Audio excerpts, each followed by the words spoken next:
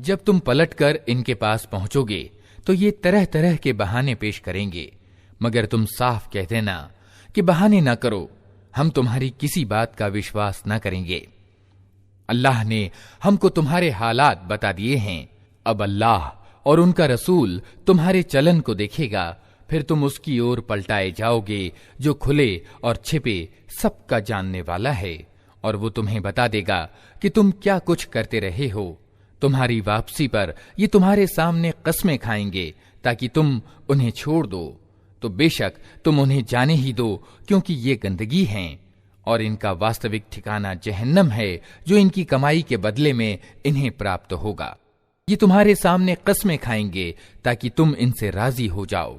हालांकि अगर तुम इनसे राजी हो भी गए तो अल्लाह हरगिज ऐसे अवज्ञाकारी यानी फासिक लोगों से राजी न होगा। ये अरब बद्दू इनकार और मिथ्याचार में ज्यादा सख्त हैं, और इनके मामले में इस बात की संभावनाएं ज्यादा हैं कि उस धर्म की मर्यादाओं से बेखबर रहें जो अल्लाह ने अपने रसूल पर उतारा है।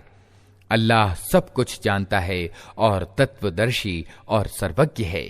इन बद्दुओं में ऐसे ऐसे लोग पाए जाते हैं जो अल्लाह के मार्ग में कुछ खर्च करते हैं तो उसे अपने ऊपर जबरदस्ती का तावान समझते हैं, और तुम्हारे हक में समय के चक्करों का इंतजार कर रहे हैं कि तुम किसी चक्कर में फंसो तो वे अपनी गर्दन से इस शासन व्यवस्था के आज्ञा पालन का पट्टा उतार फेंकें जिसमें तुमने उन्हें कस दिया है। हालांकि बुराई के चक्कर ने खुद उनको अपनी लपेट में ले रखा है, और अल्लाह सब कुछ सुनता और जानता है। और इन्हीं बद्दुओं में कुछ लोग ऐसे भी हैं जो अल्लाह और अंतिम दिन पर ईमान रखते हैं, और जो कुछ खर्च करते हैं उसे अल्लाह के यहाँ निकटता का और रसूल की तरफ से रहमत की दुआएं लेने का साधन बनाते हैं। हाँ, वो जरूर उनके लिए निकटता का साधन है, और अल्लाह जरूर उनको अपनी दयालुता में प्रवेश करेगा। यकीनन अल्लाह माफ करने वाला और दया करने वाला है। वे घर बार छोड़ने वाले मुहाजिर और उनके सहायक अंसार जो सबसे पहले ईमान के बुलावे को स्वीकार करने में अग्रसर रहे, और वे भी जो बाद में सत्यनिष्ठा के साथ उनके पीछे आए, अल्लाह उनसे राजी हुआ और वे अल्लाह से राजी हुए। अल्लाह ने उनके लिए ऐसे बाग तैयार कर रखे हैं जिनके नीचे नहरें बहती होंगी, और वे उनमें हमेशा रहेंगे। यही उच्च श्रेणी की सफलता है। तुम्हारे आसपास जो बद्दू रहते हैं उनमें बहुत से मिथ्याचारी यानी मुनाफिक हैं, और इसी तरह खुद मदीना के निवासियों में भी मिथ्याचारी मौजूद हैं जो मिथ्याचार में माहिर हो गए हैं। तुम उन्हें नहीं जानते, हम उनको जानते हैं। करीब है वो समय जब हम उनको दोहरी सजा देंगे, फिर वे ज्यादा बड़ी सजा के लिए वापस लाए जाएंगे।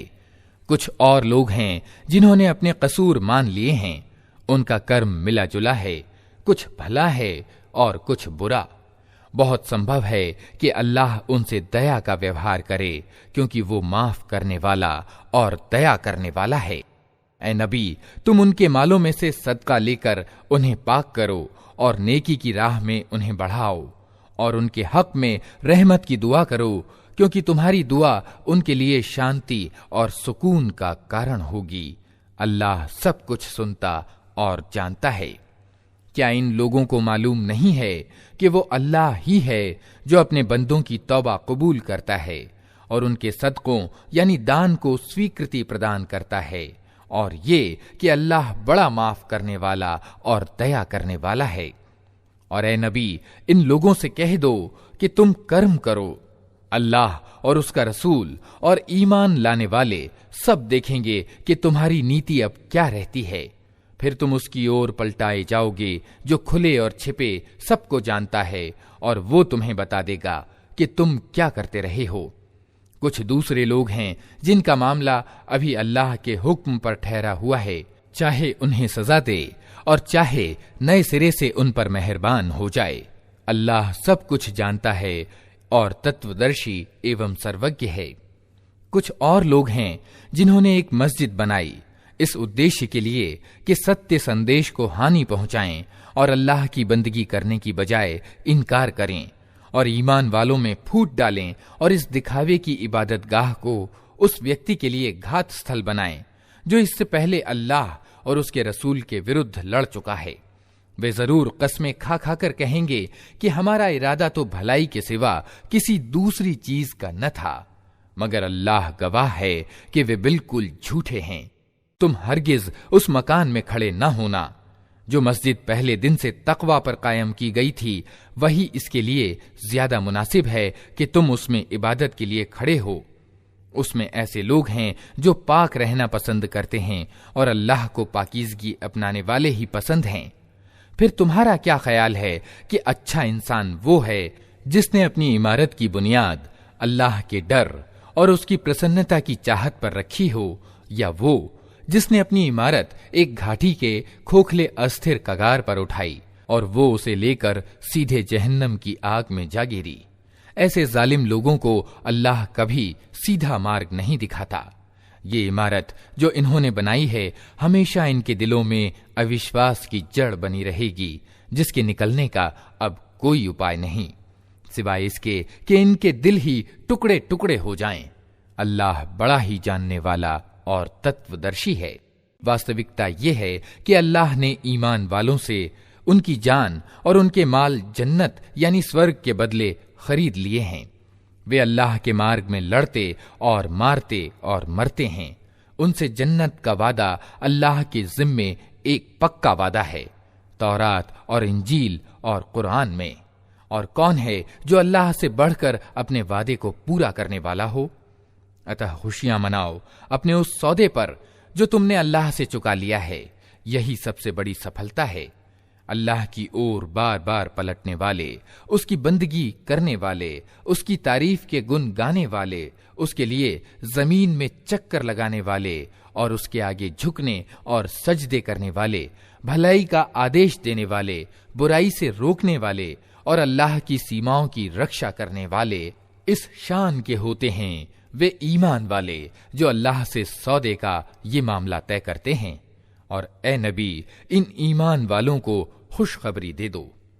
नबी को और उन लोगों को जो ईमान लाए हैं शोभा नहीं देता कि मुशरिकों के लिए माफी की दुआ करें, चाहे वे उनके नातेदार ही क्यों ना हों, जबकि उन पर यह बात खुल चुकी है कि वे जहन्नम के योग्य हैं। इब्राहिम ने अपने बाप के लिए जो माफी की दुआ की थी वो तो उस वादे की वजह से थी जो उसने अपने बाप से किया था, मगर जब उस पर यह बात खुल गई कि उसका बाप अल्लाह का दुश्मन है तो वो उससे बेजार हो गया। सत्य ये है कि इब्राहिम बड़ा कोमल हृदय वाला और अल्लाह से डरने वाला और सहनशील व्यक्ति था। अल्लाह का ये तरीका नहीं है कि लोगों को मार्ग पर लाने के बाद फिर गुमराही में डाल दे, जब तक कि उन्हें साफ साफ बता न दे कि उन्हें किन चीजों से बचना चाहिए। वास्तव में अल्लाह को हर चीज का ज्ञान है और ये भी सत्य है कि अल्लाह ही के अधिकार में जमीन और आसमानों का राज्य है। उसी के अधिकार में जिंदगी और मौत है और तुम्हारा कोई समर्थक और मददगार ऐसा नहीं है जो तुम्हें उससे बचा सके।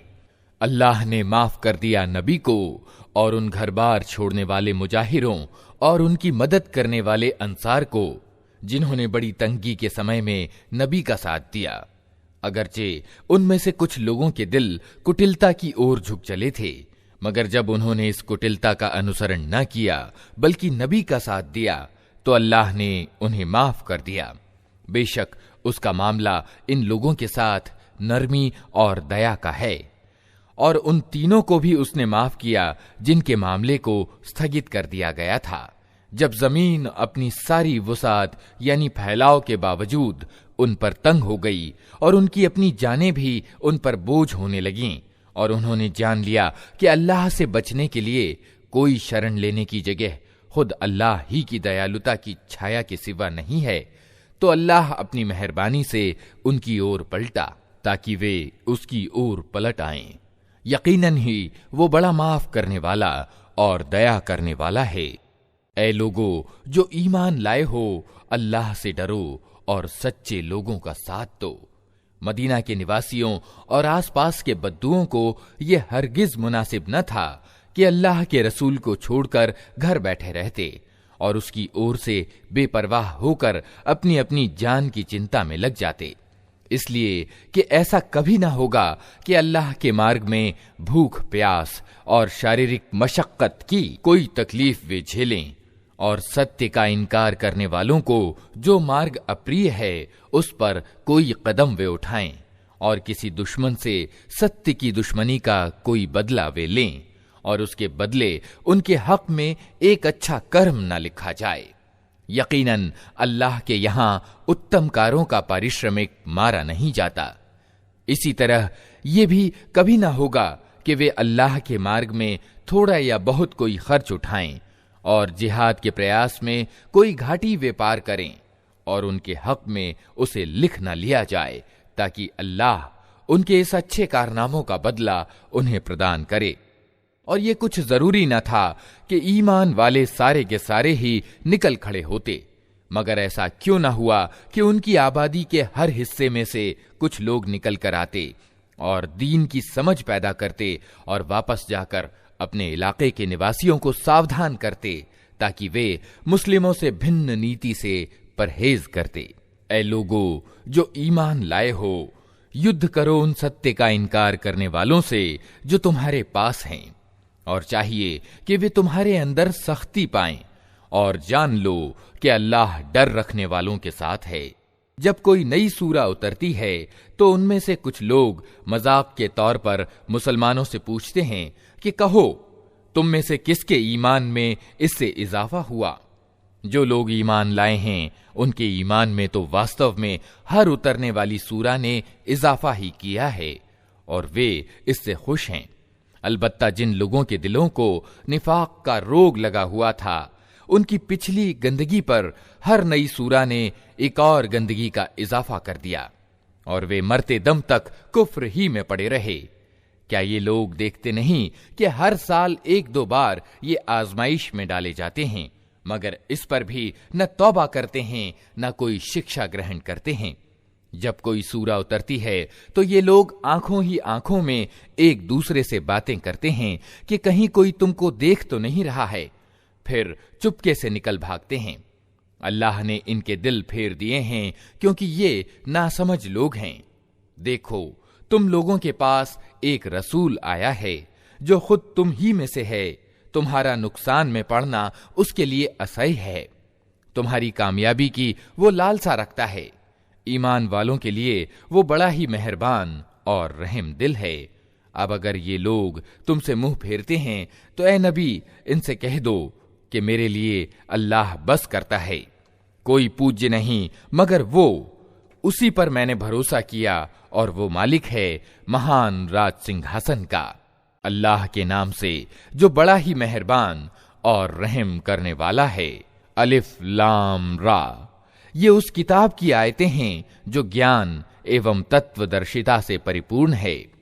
क्या लोगों के लिए ये एक अजीब बात हो गई कि हमने खुद उन्हीं में से एक आदमी पर प्रकाशना भेजी कि बेखबरी में पड़े हुए लोगों को चौंका दे और जो मान लें उनको खुशखबरी दे दे कि उनके लिए उनके रब के पास सच्ची प्रतिष्ठा और सम्मानित पद है। इस पर इनकार करने वालों ने कहा कि ये व्यक्ति तो खुला जादूगर है। वास्तविकता यह है कि तुम्हारा रब वही ईश्वर है जिसने आसमानों और जमीन को 6 दिनों में पैदा किया, फिर राज सिंहासन पर विराजमान होकर विश्व का इंतजाम चला रहा है। कोई सिफारिश करने वाला नहीं है सिवाय इसके कि उसकी अनुमति के बाद सिफारिश करे। यही अल्लाह तुम्हारा रब है, अतः तुम इसी की बंदगी करो। फिर क्या तुम होश में ना आओगे? उसी की ओर तुम सबको पलट कर जाना है, ये अल्लाह का पक्का वादा है। बेशक पैदाइश की शुरुआत वही करता है, फिर वही दोबारा पैदा करेगा, ताकि जो लोग ईमान लाए और जिन्होंने अच्छे कर्म किए उनको इंसाफ के साथ अच्छा बदला दे, और जिन्होंने इनकार की नीति अपनाई वे खौलता हुआ पानी पिएं और दर्दनाक सजा भुगतें। सत्य के उस इनकार के बदले में जो वे करते रहे, वही है जिसने सूरज को प्रकाशमान बनाया और चांद को चमक दी और चांद के घटने बढ़ने की मंजिलें ठीक ठीक निश्चित कर दी, ताकि तुम उससे वर्षों और तारीखों के हिसाब मालूम करो। अल्लाह ने ये सब कुछ सत्यानुकूल ही पैदा किया है, वो अपनी निशानियों को खोल खोल कर पेश कर रहा है उन लोगों के लिए जो ज्ञानवान हैं। यकीनन रात और दिन के उलटफेर में और हर उस चीज में जो अल्लाह ने जमीन और आसमानों में पैदा की है, निशानियां हैं उन लोगों के लिए जो असत्य देखने और असत्य कार्य करने से बचना चाहते हैं। वास्तविकता यह है कि जो लोग हमसे मिलने की उम्मीद नहीं रखते और दुनिया की जिंदगी ही पर राजी और संतुष्ट हो गए हैं, और जो लोग हमारी निशानियों की ओर से असावधानी बरत रहे हैं, उनका अंतिम ठिकाना जहन्नम होगा, उन बुराइयों के बदले में जिनका अर्जन वे अपनी इस गलत धारणा और गलत नीति के कारण करते रहे। और ये भी सत्य है कि जो लोग ईमान लाए, अर्थात जिन्होंने उन सच्चाइयों को माना जो इस किताब में सामने लाई गई हैं, और अच्छे काम करते रहे, उन्हें उनका पालन करता रब उनके ईमान के कारण सीधी राह चलाएगा। नेमत भरी जन्नतों में उनके नीचे नहरें बहेंगी। वहां उनकी पुकार ये होगी कि पाक है तू ए अल्लाह, और उनकी दुआ ये होगी कि सलामती हो, और उनकी हर बात का अंत इस पर होगा कि सारी तारीफ सारे जहान के रब अल्लाह ही के लिए है। अगर कहीं अल्लाह लोगों के साथ बुरा मामला करने में भी उतनी ही जल्दी करता है जितनी वे दुनिया की भलाई मांगने में जल्दी करते हैं, तो काम करने की उनकी मोहलत कभी की खत्म कर दी गई होती। मगर हमारा ये तरीका नहीं है, इसलिए हम उन लोगों को जो हमसे मिलने की उम्मीद नहीं रखते, उनकी सरकशी में भटकने के लिए छूट दे देते हैं। इंसान का हाल ये है कि जब उस पर कोई कठिन समय आता है तो खड़े और बैठे और लेटे हमको पुकारता है, मगर जब हम उसकी मुसीबत टाल देते हैं तो ऐसा चल निकलता है कि मानो उसने कभी अपने किसी बुरे समय पर हमको पुकारा ही न था। इस तरह मर्यादा का उल्लंघन करने वालों के लिए उनकी करतूतें खुशनुमा बना दी गई हैं। लोगों, तुमसे पहले की कौमों को हमने तबाह कर दिया जब उन्होंने जुल्म की नीति अपनाई और उनके रसूल उनके पास खुली खुली निशानियां लेकर आए और उन्होंने ईमान को स्वीकार ही न किया। इस तरह हम अपराधियों को उनके अपराधों का बदला दिया करते हैं। अब उनके बाद हमने तुमको जमीन में उनकी जगह दी है ताकि देखें तुम कैसे कर्म करते हो। जब उन्हें हमारी साफ साफ बातें सुनाई जाती हैं तो वे लोग जो हमसे मिलने की उम्मीद नहीं रखते कहते हैं कि इसके बदले कोई और कुरान लाओ या इसमें कुछ संशोधन करो। ए नबी, उनसे कहो, मेरा ये काम नहीं है कि अपनी ओर से इसमें कोई परिवर्तन कर लूं। मैं तो बस उस प्रकाशना यानी वही का अनुयायी हूं जो मेरे पास भेजी जाती है। अगर मैं अपने रब का आदेश न मानूं तो मुझे एक बड़े भयंकर दिन के अजाब का डर है। और कहो, अगर अल्लाह की इच्छा यही होती तो मैं ये कुरान तुम्हें कभी ना सुनाता और अल्लाह तुम्हें इसकी खबर तक न देता। आखिर इससे पहले मैं एक उम्र तुम्हारे बीच गुजार चुका हूं। क्या तुम बुद्धि से काम नहीं लेते? फिर उससे बढ़कर जालिम और कौन होगा जो एक झूठी बात गढ़कर अल्लाह से जोड़े या अल्लाह की वास्तविक आयतों को झुठलाए। यकीनन अपराधी कभी सफलता प्राप्त नहीं कर सकते। ये लोग अल्लाह के सिवा उनको पूज रहे हैं जो इनको न हानि पहुंचा सकते हैं न लाभ, और कहते ये हैं कि ये अल्लाह के यहां हमारे सिफारिशी हैं। ऐ नबी, इनसे कहो, क्या तुम अल्लाह को उस बात की खबर देते हो जिसे न वो आसमानों में जानता है और न जमीन में? पाक है वो और उच्च है उस शिर्क से जो ये लोग करते हैं। शुरू में सारे इंसान एक ही समुदाय यानी उम्मत के थे। बाद में उन्होंने विभिन्न धारणाएं और पंथ बना लिए। और अगर तेरे रब की ओर से पहले ही एक बात निश्चित न कर ली गई होती तो जिस चीज में वे परस्पर विभेद कर रहे हैं उसका फैसला कर दिया जाता। और ये जो वे कहते हैं कि इस नबी पर इसके रब की ओर से कोई निशानी क्यों न उतारी गई, तो इनसे कहो, गैब का मालिक और अधिकारी तो अल्लाह ही है। अच्छा इंतजार करो, मैं भी तुम्हारे साथ इंतजार करता हूं। लोगों का हाल ये है कि मुसीबत के बाद जब हम उनको रहमत यानी दयालुता का मजा चखाते हैं तो तुरंत ही वे हमारी निशानियों के मामले में चालबाजियां शुरू कर देते हैं। इनसे कहो, अल्लाह अपनी चाल में तुमसे ज्यादा तेज है। उसके फरिश्ते तुम्हारी सब मक्कारियों को लिख रहे हैं। वो अल्लाह ही है जो तुम्हें जल और थल की सैर कराता है। अतएव जब तुम नौकाओं में सवार होकर अनुकूल हवा पर प्रसन्न और खुशी के साथ सफर कर रहे होते हो और फिर अचानक प्रतिकूल हवा का जोर होता है और हर ओर से मौजों के थपेड़े लगते हैं और मुसाफिर समझ लेते हैं कि तूफान में घिर गए, उस समय सब अपने दीन धर्म को अल्लाह ही के लिए खालिस करके उससे दुआएं मांगते हैं कि अगर तूने हमको इस बला से निकाल दिया तो हम शुक्रगुजार बंदे बनेंगे। मगर जब वो उनको बचा लेता है तो फिर वही लोग सत्य से हटकर जमीन में विद्रोह करने लगते हैं। लोगों, तुम्हारा ये विद्रोह तुम्हारे ही विरुद्ध पड़ रहा है। दुनिया की जिंदगी के थोड़े दिनों के मजे हैं, लूट लो, फिर हमारी ओर तुम्हें पलट कर आना है। उस समय हम तुम्हें बता देंगे कि तुम क्या कुछ करते रहे हो। ये दुनिया की जिंदगी जिसके नशे में चूर होकर तुम हमारी निशानियों की अनदेखी कर रहे हो, इसकी मिसाल ऐसी है जैसे कि आसमान से हमने जल बरसाया तो जमीन की उपज जिसे आदमी और जानवर सब खाते हैं खूब घनी हो गई। फिर ठीक उस समय जबकि जमीन अपनी बहार पर थी और खेतियां बनी सवरी खड़ी थीं और उनके मालिक समझ रहे थे कि अब हमें उनसे लाभ उठाने की सामर्थ्य प्राप्त है, अचानक रात को या दिन को हमारा आदेश आ गया और हमने उसे ऐसा गारत करके रख दिया कि मानो कल वहां कुछ था ही नहीं। इस तरह हम निशानियां खोल खोल कर पेश करते रहे हैं उन लोगों के लिए जो सोचने समझने वाले हैं।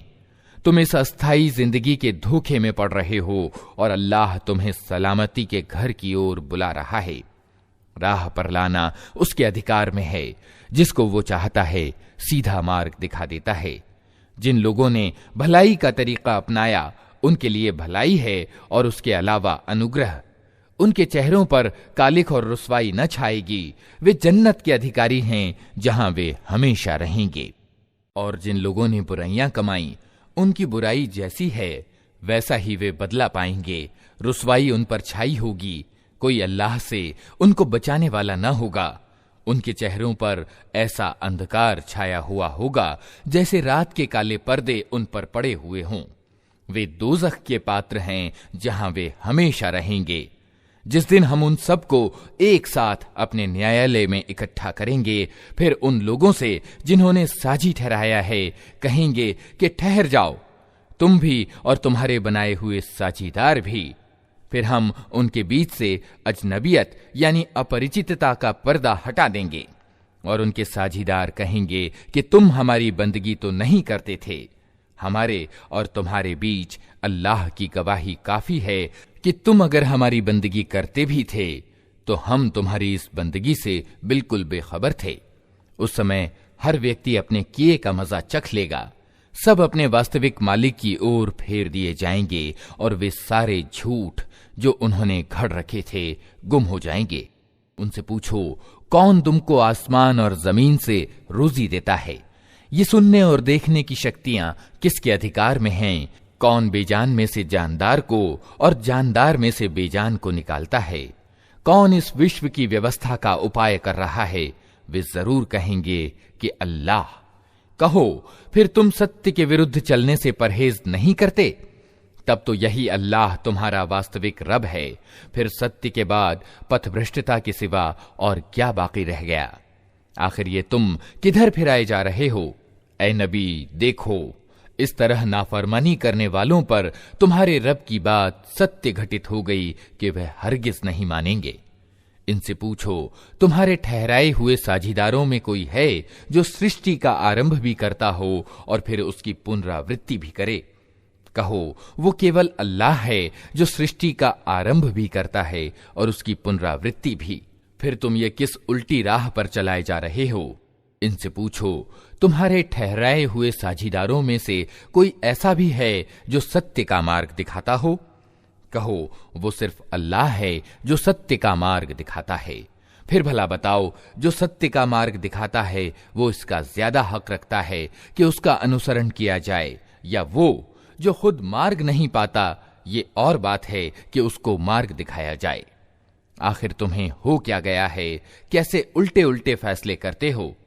वास्तविकता यह है कि उनमें से ज्यादातर लोग सिर्फ अटकल और गुमान के पीछे चले जा रहे हैं।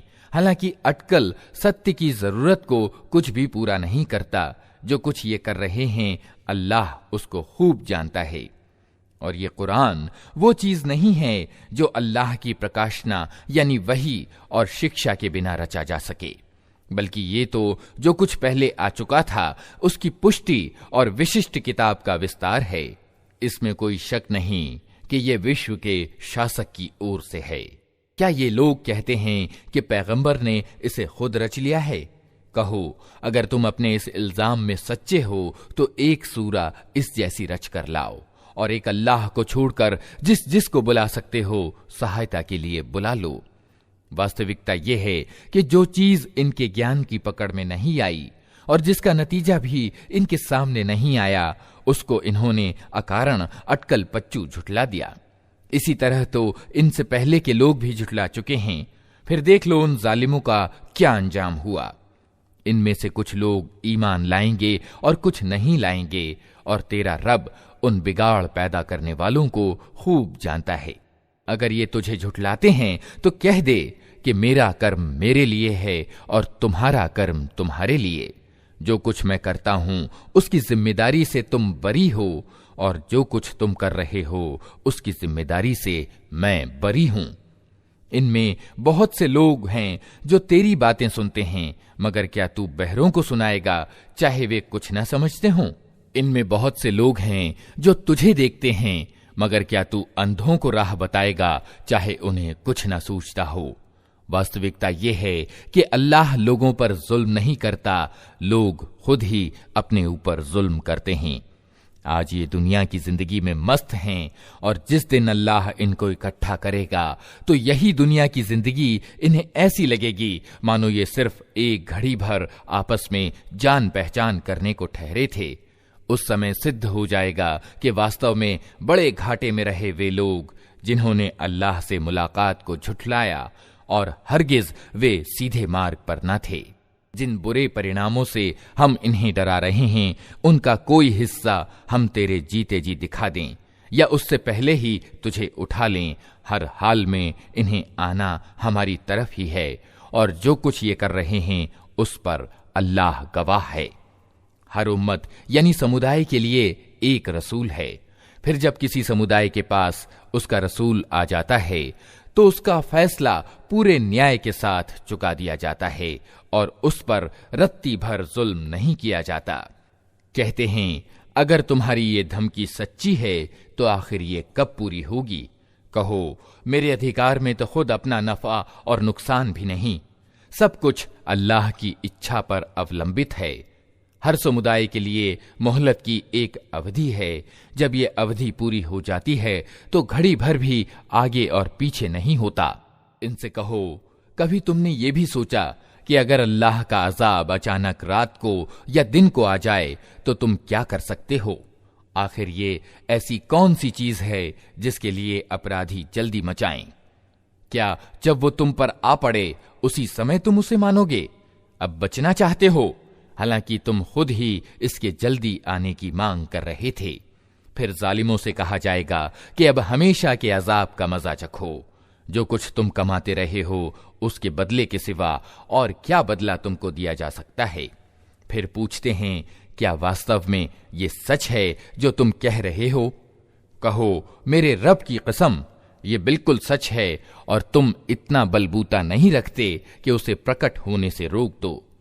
अगर हर उस व्यक्ति के पास जिसने जुल्म किया है सारी धरती का धन भी हो तो उस अजाब से बचने के लिए वो उसे फिदिया में देने को तैयार हो जाएगा। जब ये लोग उस अजाब को देख लेंगे तो दिल ही दिल पछताएंगे, मगर उनके बीच पूरे इंसाफ से फैसला किया जाएगा, कोई जुल्म उन पर न होगा। सुनो, आसमानों और जमीन में जो कुछ है अल्लाह का है, सुन रखो। अल्लाह का वादा सच्चा है, मगर अधिकतर लोग जानते नहीं हैं। वही जिंदगी प्रदान करता है और वही मौत देता है, और उसी की ओर तुम सबको पलटना है। लोगो, तुम्हारे पास तुम्हारे रब की ओर से उपदेश आ गया है।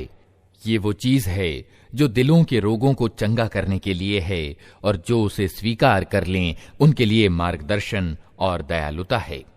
ए नबी, कहो कि ये अल्लाह का अनुग्रह और उसकी दया है कि ये चीज उसने भेजी। इस पर तो लोगों को खुशी मनानी चाहिए। ये उन सब चीजों से उत्तम है जिन्हें लोग समेट रहे हैं। ए नबी, इनसे कहो, तुम लोगों ने कभी ये भी सोचा है कि जो रोजी अल्लाह ने तुम्हारे लिए उतारी थी, उसमें से तुमने स्वयं ही किसी को हराम और किसी को हलाल ठहरा लिया। इनसे पूछो, अल्लाह ने तुमको इसकी अनुमति दी थी, या तुम अल्लाह पर झूठ गढ़ रहे हो? जो लोग अल्लाह पर झूठा इल्जाम लगाते हैं, उनका क्या गुमान है कि क़यामत के दिन उनसे क्या मामला होगा। अल्लाह तो लोगों पर मेहरबानी की नजर रखता है, मगर बहुतेरे लोग ऐसे हैं जो कृतज्ञता नहीं दिखाते। ए नबी, तुम जिस हाल में भी होते हो और कुरान में से जो कुछ भी सुनाते हो, और लोगो तुम भी जो कुछ करते हो, उस सब के बीच में हम तुमको देखते रहते हैं। कोई रत्ती भर चीज आसमान और जमीन में ऐसी नहीं है, न छोटी न बड़ी, जो तेरे रब की नजर से छिपी हो और एक स्पष्ट चिट्ठे यानी दफ्तर में अंकित न हो। सुनो, जो अल्लाह के दोस्त हैं, जो ईमान लाए और जिन्होंने खुदा से डरने की नीति अपनाई, उनके लिए किसी डर और रंज का अवसर नहीं है। दुनिया और आखिरत दोनों जिंदगी में उनके लिए खुशखबरी ही खुशखबरी है। अल्लाह की बातें बदल नहीं सकती, यही बड़ी सफलता है। ए नबी, जो बातें ये लोग तुझ पर बनाते हैं, उससे तू शोकाकुल न हो। प्रभुत्व सारा का सारा अल्लाह के अधिकार में है, और वो सब कुछ सुनता और जानता है। जान लो, आसमानों के बसने वाले हों या जमीन के, सबका मालिक अल्लाह है। और जो लोग अल्लाह के सिवा कुछ अपने मनगढ़ंत साझीदारों को पुकार रहे हैं, वे निरे भ्रम और गुमान के पीछे चल रहे हैं और सिर्फ अटकलबाजियां करते हैं। वो अल्लाह ही है जिसने तुम्हारे लिए रात बनाई कि उसमें चैन पाओ, और दिन को प्रकाशमान बनाया। इसमें निशानियां हैं उन लोगों के लिए जो खुले कानों से पैगंबर के संदेश को सुनते हैं। लोगों ने कह दिया कि अल्लाह ने किसी को बेटा बनाया है। पाक है अल्लाह, वो तो निष्प्रिय है। आसमानों और जमीन में जो कुछ है वो सबका मालिक है। तुम्हारे पास इसके लिए आखिर क्या प्रमाण है?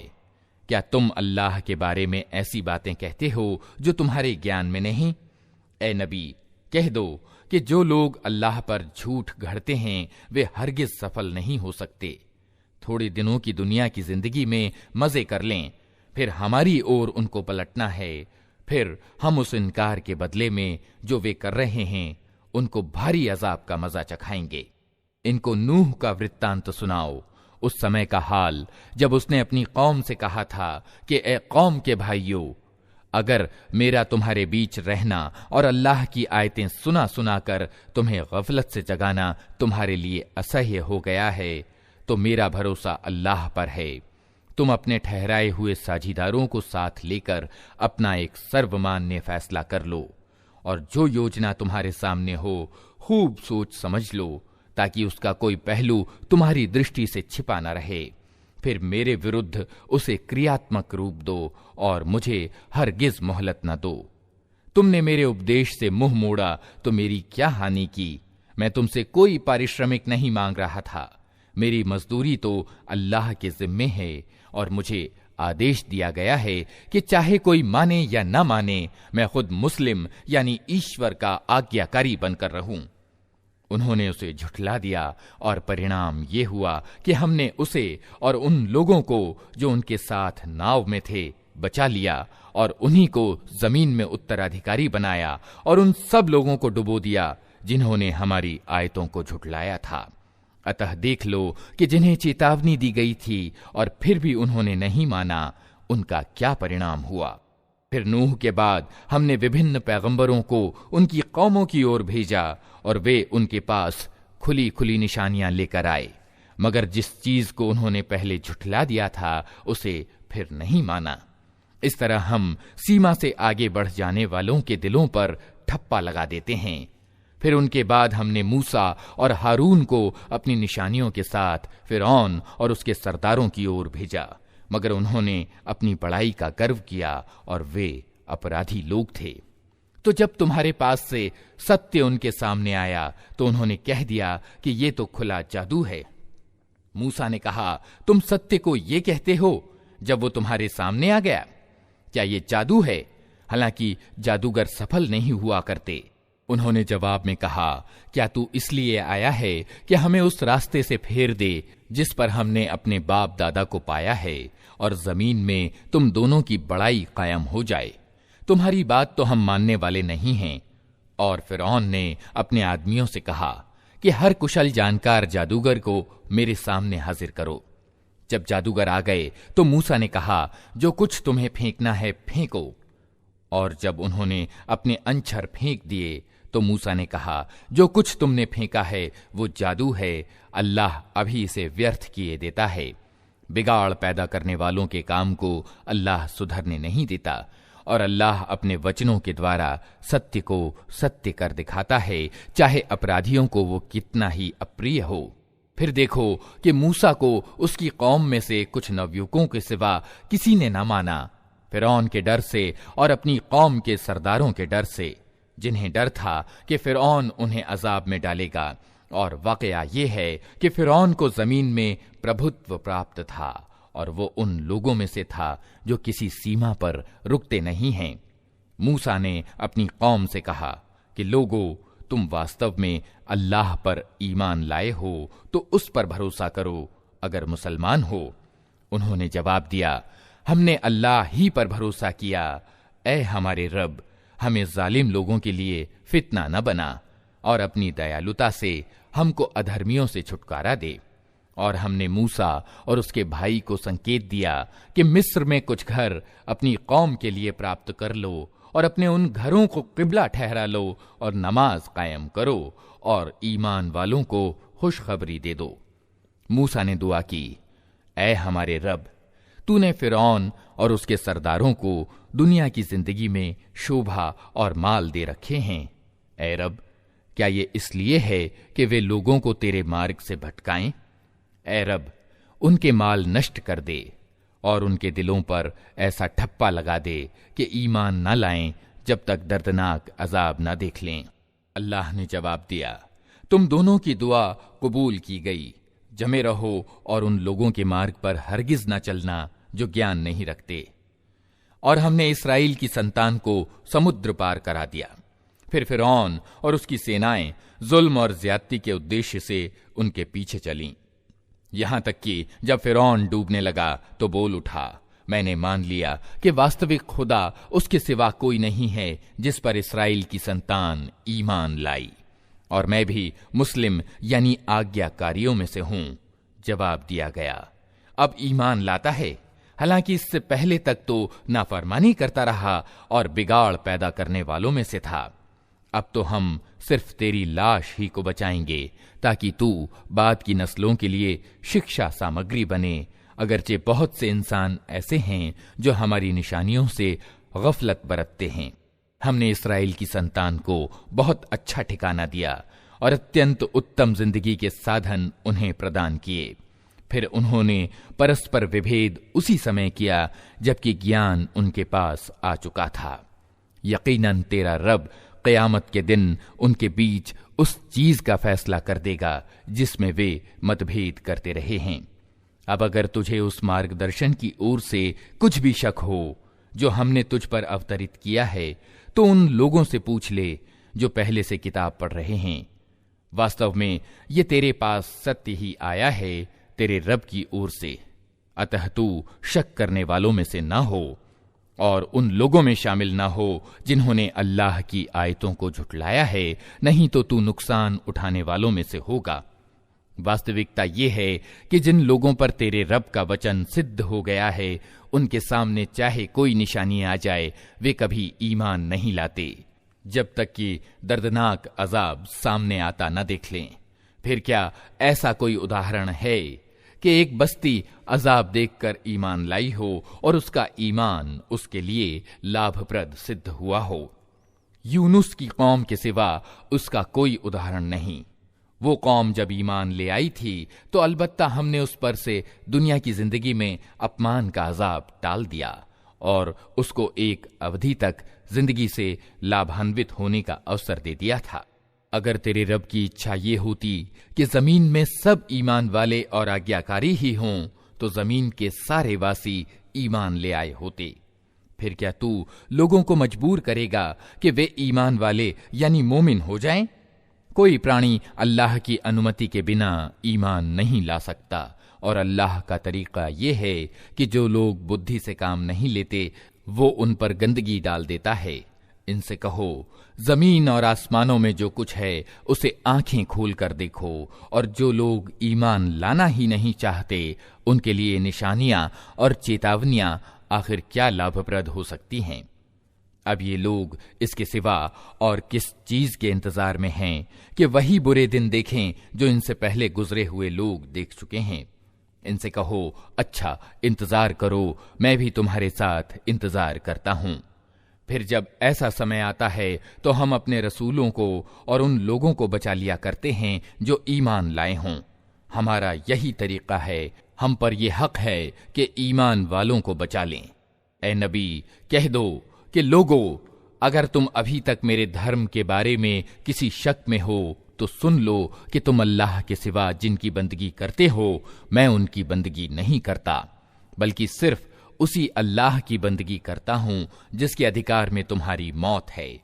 मुझे आदेश दिया गया है कि मैं ईमान वालों में से हूं और मुझसे कहा गया है कि एकाग्र होकर अपने आप को ठीक ठीक इस धर्म पर जमा दे और हरगिज हरगिज मुशरिकों में से न हो, और अल्लाह को छोड़कर किसी ऐसी सत्ता को न पुकार जो तुझे ना फायदा पहुंचा सकती है न नुकसान। अगर तू ऐसा करेगा तो जालिमों में से होगा। अगर अल्लाह तुझे किसी मुसीबत में डाले तो खुद उसके सिवा कोई नहीं जो उस मुसीबत को टाल दे, और अगर वो तेरे हक में किसी भलाई का इरादा करे तो उसके उदार अनुग्रह को फेरने वाला भी कोई नहीं है। वो अपने बंदों में से जिसको चाहता है अनुग्रहित करता है और वो माफ करने वाला और रहम करने वाला है। ऐ मोहम्मद, कह दो कि लोगों, तुम्हारे पास तुम्हारे रब की ओर से सत्य आ चुका है। अब जो सीधा मार्ग अपनाए उसका सीधा मार्ग ग्रहण करना उसी के लिए लाभदायक है, और जो गुमराह रहे उसकी गुमराही उसी के लिए विनाशकारी है। और मैं तुम्हारे ऊपर कोई हवालेदार नहीं हूं। और ए नबी, तुम उस आदेश का अनुसरण किए जाओ जो तुम्हारी ओर वही यानी प्रकाशना द्वारा अवतरित किया जा रहा है, और सब्र से काम लो यहां तक कि अल्लाह फैसला कर दे, और वही सबसे अच्छा फैसला करने वाला है।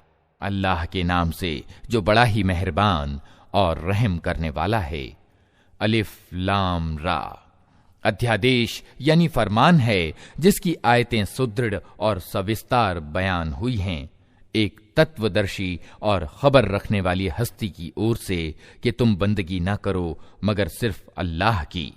मैं उसकी ओर से तुमको खबरदार करने वाला भी हूं और खुशखबरी देने वाला भी, और ये कि तुम अपने रब से माफी चाहो और उसकी ओर पलट आओ तो वो एक विशेष अवधि तक तुमको अच्छी जीवन सामग्री देगा और हर श्रेष्ठ को उसकी श्रेष्ठता प्रदान करेगा।